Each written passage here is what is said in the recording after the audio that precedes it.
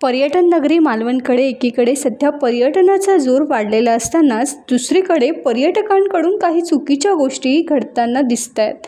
मालवणच्या सांस्कृतिक क्षेत्रात अतिशय महत्त्वाचं स्थान असलेल्या मामा वरेरकर नाट्यगृहाच्या प्रांगणात गाडी पार्किंग करणाऱ्या पर्यटकांनी भर दुपारी दारू पार्टीचा खेळ मांडल्यानं मालवणातील नाट्यप्रेमींनी त्यांना खास मालवणी स्टाईलमध्ये चांगलाच धडा शिकवल्याची घटना घडली आहे। मामा वरेरकर नाट्यगृहाच्या समोरच गाडी पार्क करून नाट्यगृहाच्या पायऱ्यांवर बसून दारू पीत होते, तसेच दारूच्या बाटल्याही नाट्यगृह परिसरात टाकत होते।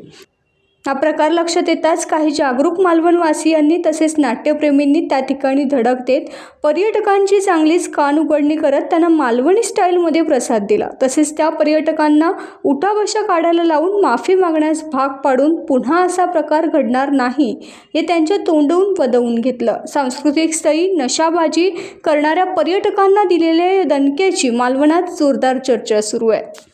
मामा वरेरकर नाट्यगृह मालवण या ठिकाणी आम्ही हे दुष्कृत्य केलं, बियर पिऊन बॉटल टाकल्या इथे।